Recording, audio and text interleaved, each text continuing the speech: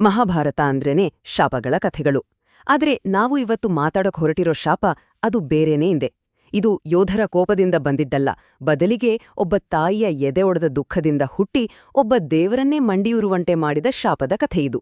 So ನಮ್ಮ ಮೊದಲ ಭಾಗ ತಾಯಿಯ ಶಾಪ, ಒಬ್ಬ ದೇವರನ್ನೇ ನಾಶ ಮಾಡಿದ ಕಥೆ ಅಂತ ಹೇಳ್ದೆ. ಅಷ್ಟಕ್ಕೂ ಅಂಥ ಶಕ್ತಿ ಆ ಶಾಪಕ್ಕೆ ಎಲ್ಲಿಂದ ಬಂತು? ಅದೇ ಈ ಕಥೆಯ ರಹಸ್ಯ. ನೋಡಿ, ನಾವು ಸಾಮಾನ್ಯವಾಗಿ ಅಶ್ವತ್ಥಾಮನ ಶಾಪ, ಕರ್ಣನ ಶಾಪ, ಹೀಗೆ ಯೋಧರ ಕೋಪದಿಂದ ಹುಟ್ಟಿದ ಶಾಪಗಳ ಬಗ್ಗೆ ಕೇಳಿರ್ತೀವಿ. ಆದ್ರೆ ಈ ಕಥೆ ಅದಕ್ಕಿಂತ ತುಂಬಾನೇ ವಿಭಿನ್ನ. ಯಾಕಂದ್ರೆ ಈ ಶಾಪ ಹುಟ್ಟಿದ್ದು ಒಬ್ಬ ತಾಯಿಯ ಮುರಿದು ಹೋದ ಹೃದಯದಿಂದ. ಆದರೆ ಮುಂದೆ ಆಗಿದ್ದು ಅಕ್ಷರಶಃ ಒಬ್ಬ ದೇವರನ್ನೇ ನಾಶ ಮಾಡಿತು.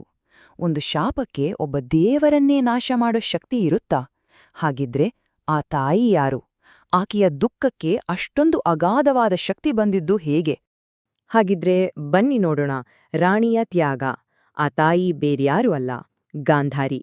ಅವರ ಶಾಪದ ಶಕ್ತಿಯನ್ನ ಅರ್ಥ ಮಾಡ್ಕೋಬೇಕು ಅಂದ್ರೆ ಮೊದಲು ಅವರ ಅಚಲವಾದ ಭಕ್ತಿ ಮತ್ತು ತ್ಯಾಗದ ಬಗ್ಗೆ ನಾವು ತಿಳ್ಕೋಬೇಕು. ಗಾಂಧಾರಿ ಗಾಂಧಾರ ದೇಶದ ರಾಜಕುಮಾರಿ. ಅವಳ ಮದುವೆ ನಿಶ್ಚಯವಾಗಿದ್ದು ಹಸ್ತಿನಾಪುರದ ರಾಜ ಧೃತರಾಷ್ಟ್ರನ ಜೊತೆ. ಆದ್ರೆ ಧೃತರಾಷ್ಟ್ರ ಹುಟ್ಟಿನಿಂದಲೇ ಕುರುಡನಾಗಿದ್ದ. ಈ ವಿಷಯ ತಿಳಿದಾಗ ಗಾಂಧಾರಿ ಒಂದು ಅಸಾಧಾರಣವಾದ, ಬಹುಶಃ ಯಾರೂ ಊಹಿಸದ ನಿರ್ಧಾರ ತಗೊಳ್ತಾಳೆ. ಆಕೆ ಹೇಳಿದ್ದಿಷ್ಟೆ: ನನ್ನ ಪತಿಗೆ ಈ ಜಗತ್ತನ್ನು ನೋಡೋಕೆ ಆಗಲ್ವಾ? ಹಾಗಿದ್ರೆ ನಾನು ಈ ಜಗತ್ತನ್ನ ನೋಡೋದಿಲ್ಲ. ಯೋಚ್ನೆ ಮಾಡಿ, ಇದು ಎಂಥ ದೊಡ್ಡ ಬದ್ಧತೆ. ಆ ದಿನದಿಂದ ಆಕೆ ಶಾಶ್ವತವಾಗಿ ತನ್ನ ಕಣ್ಣಿಗೆ ಬಟ್ಟೆ ಕಟ್ಕೊಳ್ಳು. ಇದು ಕೇವಲ ಒಂದು ತೋರಿಕೆಯಾಗಿರ್ಲಿಲ್ಲ. ಇದು ಆಕೆಯ ಭಕ್ತಿ, ಆಕೆಯ ಕರ್ತವ್ಯದ ಸಂಕೇತವಾಗಿತ್ತು. ಎಂಥ ಪರಿಸ್ಥಿತಿ ಬಂದ್ರು, ಯುದ್ಧ, ಸಾವು, ನೋವು, ದುಃಖ ಯಾವುದರ ನಡುವೆಯೂ ಆಕೆ ಆ ಬಟ್ಟೆಯನ್ನ ಯಾವತ್ತೂ ತೆಗೆಯಲೇ ಇಲ್ಲ. ಇಲ್ಲಿಂದ ಕಥೆ ಒಂದು ದೊಡ್ಡ ದುರಂತದ ಕಡೆಗೆ ತಿರುಗುತ್ತೆ. ಗಾಂಧಾರಿಯ ಆ ಅಪಾರ ದುಃಖಕ್ಕೆ ಕಾರಣ ಏನು ಗೊತ್ತಾ? ತನ್ನೆಲ್ಲ ಮಕ್ಕಳ ಸಾವು. 100, ಒಂದಲ್ಲ ಎರಡಲ್ಲ, ಬರೋಬ್ಬರಿ 100 ಗಂಡುಮಕ್ಕಳು. ಕುರುಕ್ಷೇತ್ರ ಯುದ್ಧದಲ್ಲಿ ಆಕೆಯ 100 ಮಕ್ಕಳಾದ ಕೌರವರೆಲ್ಲರೂ ಹತರಾಗ್ತಾರೆ. ಒಂದು ಕ್ಷಣ ಊಹಿಸ್ಕೊಳ್ಳಿ, ಒಬ್ಬ ತಾಯಿಗೆ 100 ಮಕ್ಕಳನ್ನು ಕಳೆದುಕೊಂಡರೆ ಆಗುವ ನೋವನ್ನ. ಯುದ್ಧ ಮುಗಿದ್ಮೇಲೆ ಪಾಂಡವರು ಗಾಂಧಾರಿಯನ್ನ ಸಮಾಧಾನ ಮಾಡೋಕೆ ಅಂತ ಬರ್ತಾರೆ. ಆಗ ಅವಳ ದುಃಖದ ಶಕ್ತಿ ಎಂಥದ್ದು ಅಂತ ಗೊತ್ತಾಗುತ್ತೆ. ಅವಳ ಕಣ್ಣಿಗೆ ಕಟ್ಟಿದ ಬಟ್ಟೆಯ ಸಣ್ಣ ಕಿಂಡಿಯಿಂದ ಅವಳ ನೋಟ ಆಕಸ್ಮಿಕವಾಗಿ ಯುಧಿಷ್ಠಿರನ ಕಾಲ್ಬೆರಳು ಮೇಲೆ ಬೀಳುತ್ತೆ. ಅಷ್ಟೇ, ಆ ಕಾಲ್ಬೆರಳು ಸುಟ್ಟು ಕಪ್ಪಾಗಿ ಬಿಡುತ್ತೆ. ಅಂದ್ರೆ ಆಕೆಯ ದುಃಖ ಅಕ್ಷರಶಃ ಬೆಂಕಿಯಾಗಿತ್ತು. ಇವಾಗ ಕಥೆ ಅದರ ಪರಾಕಾಷ್ಠೆಯನ್ನ ತಲುಪುತ್ತೆ. ಒಂದು ಕಡೆ ದುಃಖದಲ್ಲಿ ಮುಳುಗಿದ ತಾಯಿ, ಇನ್ನೊಂದು ಕಡೆ ಈ ಎಲ್ಲಾ ಅನಾಹುತಕ್ಕೂ ಕಾರಣ ಅಂತ ಆಕೆ ನಂಬಿದ ದೈವಸ್ವರೂಪಿ ಶ್ರೀಕೃಷ್ಣ, ಅವರಿಬ್ಬರ ಮುಖಾಮುಖಿ. ಕೃಷ್ಣ ನಿಧಾನವಾಗಿ, ತುಂಬಾನೇ ಶಾಂತವಾಗಿ ಅವಳ ಹತ್ರ ನಡ್ಕೊಂಡು ಹೋಗ್ತಾನೆ. ಅವನಲ್ಲಿ ಭಯ ಅನ್ನೋದೇ ಇರ್ಲಿಲ್ಲ. ಯಾಕಂದ್ರೆ ಮುಂದೆ ಏನಾಗಲಿದೆ ಅನ್ನೋದು ಅವನಿಗೆ ಚೆನ್ನಾಗಿ ಗೊತ್ತಿತ್ತು. ಈ ದುರಂತದಲ್ಲಿ ತನ್ನ ಪಾತ್ರವಿದೆ ಅನ್ನೋದನ್ನ ಅವನು ಒಪ್ಕೊಂಡಿದ್ದ. ಗಾಂಧಾರಿ ನೇರವಾಗಿ ಕೃಷ್ಣನನ್ನೇ ದೂಷಿಸಿತ್ತಾಳೆ. ಕೃಷ್ಣ, ನೀನು ಮನಸ್ ಮಾಡಿದ್ರೆ ಈ ಯುದ್ಧವನ್ನ ನಿಲ್ಲಿಸಬಹುದಿತ್ತು. ಆ ಶಕ್ತಿ ನಿನ್ನಲ್ಲಿತ್ತು. ಆದ್ರೆ ನೀನದನ್ನ ಆಯ್ಕೆ ಮಾಡ್ಲಿಲ್ಲ. ನೋಡಿ, ಇಲ್ಲಿ ಆಕೆ ಪ್ರಶ್ನಿಸಿದ್ದು ದೈವದ ಆಯ್ಕೆಗಳನ್ನೇ. ಅಷ್ಟೇ ಅಲ್ಲ, ತನ್ನ ನೋವಿನಿಂದ ಹುಟ್ಟಿದ ಆ ಭಯಂಕರ ಶಾಪವನ್ನ ನುಡಿತಾಳೆ.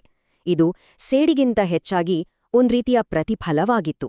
ನನ್ನ ಕುಟುಂಬ ಹೇಗೆ ಸರ್ವನಾಶವಾಯ್ತೋ ಅದೇ ರೀತಿ ನಿನ್ನ ಕುಟುಂಬವೂ ನಾಶವಾಗುತ್ತದೆ. ಆ ಶಾಪ ಹೇಗಿತ್ತು ಗೊತ್ತಾ? ತುಂಬಾನೇ ನಿಖರವಾಗಿತ್ತು. ಅವಳು ಹೇಳಿದ್ದು ಹೀಗೆ: ಮೊದಲನೇದಾಗಿ, ನಿನ್ನ ಯಾದವ ಕುಲದವರು ತಮ್ಮಲ್ಲೇ ಹೊಡೆದಾಡ್ಕೊಂಡು ಸಾಯ್ತಾರೆ. ಸಹೋದರನೇ ಸಹೋದರನನ್ನ ಕೊಲ್ತಾನೆ. 3ನೇದಾಗಿ, ನೀನು ಕೃಷ್ಣ ಒಬ್ಬಂಟಿಯಾಡಿ ಸಾಯ್ತ್ಯ, ಒಂದು ಕಾಡಿನಲ್ಲಿ. ಅದು ಒಂದು ಅತ್ಯಂತ ಕ್ಷುಲ್ಲಕ, ಅತ್ಯಲ್ಪ ಕಾರಣದಿಂದ ನಿನ್ನ ಸಾವು ಸಂಭವಿಸುತ್ತೆ. ಇದೆಲ್ಲ ಆಗೋದು ಇವತ್ತಿನಿಂದ ಸರಿಯಾಗಿ 36 ವರ್ಷಗಳ ನಂತರ. ಇಲ್ಲಿ ನಾವು ಗಮನಿಸಬೇಕಾದ ಅತಿ ಮುಖ್ಯವಾದ ವಿಷಯ ಅಂದ್ರೆ ಕೃಷ್ಣನ ಪ್ರತಿಕ್ರಿಯೆ. ಅವನು ಯಾವುದೇ ವಾದ ಮಾಡ್ಲಿಲ್ಲ, ಸಮರ್ಥನೆ ಕೊಡ್ಲಿಲ್ಲ. ಬದಲಿಗೆ ತುಂಬಾನೇ ಶಾಂತವಾಗಿ ಆ ಶಾಪವನ್ನ ಸ್ವೀಕರಿಸಿದ. ಇದು ಗಾಂಧಾರಿಯ ಮಾತಿನ, ಆಕೆಯ ದುಃಖದ ಸತ್ಯದ ಶಕ್ತಿಯನ್ನ ತೋರಿಸುತ್ತೆ.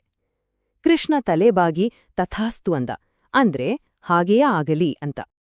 ಸರಿ, ಶಾಪವನ್ನಂತೂ ನೀಡಲಾಯಿತು. ಹಾಗಿದ್ರೆ ಮುಂದೆ ಏನಾಯಿತು? ಗಾಂಧಾರಿಯ ಪ್ರತಿಯೊಂದು ಮಾತು ದಶಕಗಳ ನಂತರ ಹೇಗೆ ನಿಜವಾಯಿತು ಅಂತ ನೋಡೋಣ ಬನ್ನಿ. ಸರಿಯಾಗಿ 36 ವರ್ಷಗಳು ಕಳೆಯುತ್ತೆ. ಸಮುದ್ರ ತೀರದಲ್ಲಿ ಯಾದವರು ಒಂದು ಹಬ್ಬ ಆಚರಿಸ್ತಾ ಇರ್ತಾರೆ. ಅಲ್ಲಿ ಒಂದು ಸಣ್ಣ ಜಗಳ ಶುರುವಾಗುತ್ತೆ. ಆ ವಾದವೇ ದೊಡ್ಡ ಯುದ್ಧಕ್ಕೆ ತಿರುಗುತ್ತೆ. ಇಡೀ ಯಾದವ ಕುಲವೇ ನಾಶವಾಗಿ ಹೋಗುತ್ತೆ. ಕೊನೆಗೆ ಕೃಷ್ಣ ಏಕಾಂಗಿಯಾಗಿ ಸಾಯ್ತಾನೆ. ಎಲ್ಲವೂ ಅವಳು ಹೇಳಿದಂತೆಯೇ ನಡೆಯುತ್ತೆ. ಗಾಂಧಾರಿ ಹೇಳಿದಂತೆಯೇ ಯಾದವರು ಹೊರಗಿನ ಶತ್ರುಗಳಿಂದ ಸಾಯಲಿಲ್ಲ, ತಮ್ಮೊಳಗೆ ಹೊಡೆದಾಡ್ಕೊಂಡ್ ಸತ್ರು. ನದೀ ದಂಡೆಯಲ್ಲಿದ್ದ ಜೊಂಡು ಹುಲ್ಲುಗಳೇ ಅವರ ಕೈಯಲ್ಲಿ ಕಬ್ಬಿಣದ ಆಯುಧಗಳಾಗಿ ಮಾರ್ಪಟ್ಟು ತಮ್ಮ ಕುಲವನ್ನ ತಾವೇ ನಾಶ ಮಾಡ್ಕೊಂಡ್ರು. ಎಂಥ ವಿಧಿ! ಶಾಪದ ಕೊನೆಯ ಭಾಗ ಕೂಡ ನಿಜವಾಗುವ ಸಮಯ ಬರುತ್ತೆ. ಜರಾ ಅನ್ನೋ ಒಬ್ಬ ಸಾಮಾನ್ಯ ಬೇಟೆಗಾರ ದೂರದಿಂದ ಕೃಷ್ಣನ ಪಾದವನ್ನ ನೋಡ್ತಾನೆ. ಅದು ಯಾವುದೋ ಹಕ್ಕಿ ಅಂತ ತಪ್ಪಾಗಿ ಭಾವಿಸಿ ಒಂದೇ ಒಂದು ಬಾಣ ಬಿಡ್ತಾನೆ ಅಷ್ಟೇ.